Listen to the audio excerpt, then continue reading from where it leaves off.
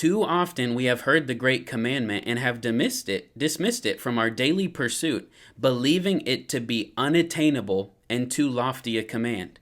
We reason and we say things such as, how could we love God with all of our faculties at all times?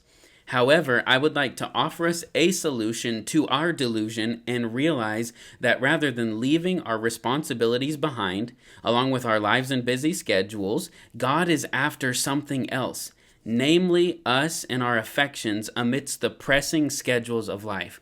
So often we think of, when we hear the command that we are to love the Lord our God with all of our hearts, our souls, our minds, and our strength, what we think is, okay, I need to go be a monk. I need to leave my life. I need to leave my kids. I need to leave my wife. I need to leave my work. And I need to go attain some realm in God where I love God with everything that I am.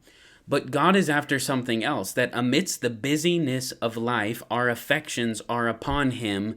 In the middle of all that we do, we desire to see Him and to serve Him in and through it all for the glory and honor of His name. That our affections would be so taken with Him that in the busyness of life, people can't tell we're busy because we're so taken with God. We aren't short with people. We aren't impatient with people because our hearts are set upon God, and the peace of God is residing and living and dwelling in our hearts because our hearts are satisfied in this present moment because God is with us and we're with Him. God is after something else. He's after our affections. I want us to know this.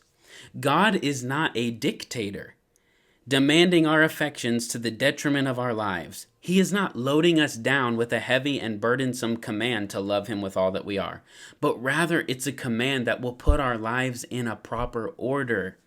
See, when God is telling us to love Him with all that we are, many times we've come under this delusion that, oh my Lord, I'll never be able to attain this, and so I shouldn't even try. But really, it looks like this, that God, my affections are upon you, and I love you so much that nobody else even competes with you. I lay down my love for other people. I lay down my affection for other people from the throne of my heart, and rather, on the throne of my heart is my affections for you. And as I rest here, as I rest my affections upon you, I love other people in their proper place.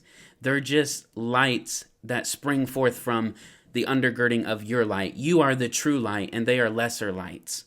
So we can view God in this way, that we can put Him as number one in our hearts, really see Him as number one, and therefore when people hurt us, we always have a person to go back to who has never hurt us but only done good to us, and that's God in Jesus Christ, lavishing His love upon us. As Matthew Henry states, all obedience to God begins in the affections, and nothing in religion is done right that is not done there first.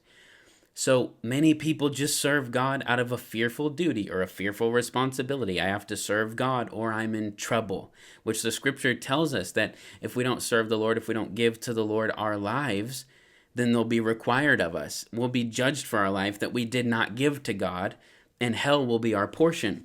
But God is after something much deeper than that. That's surface level.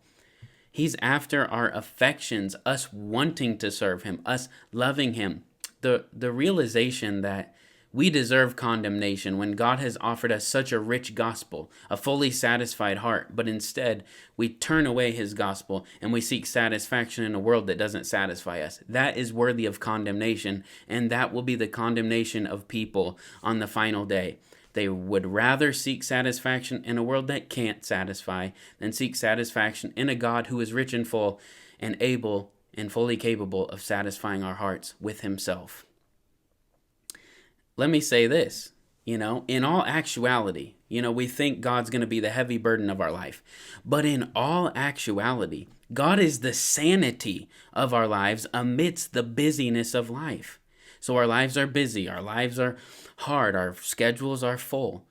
But loving God as first and Him having the primary place in our hearts, in our affections, in our meditations, what we think about all the time, that actually gives us a sanity. That makes us sane amidst the pressing schedules that would leave us confused and our minds dull and our lives exhausted. No, it's actually the fuel that keeps us going is our affection upon God. God is the sanity of our lives amidst the busyness of life. And look at this. We would do well to keep our love and affection upon the God who loves us and is all things for us in this life. It's a good thing for us to keep our affections upon God, because as our affections are upon God and as we're seeking Him in all circumstances of life, He will supply all we need to live a rich and vibrant life for the glory and honor of His name and to the fruitfulness of our lives.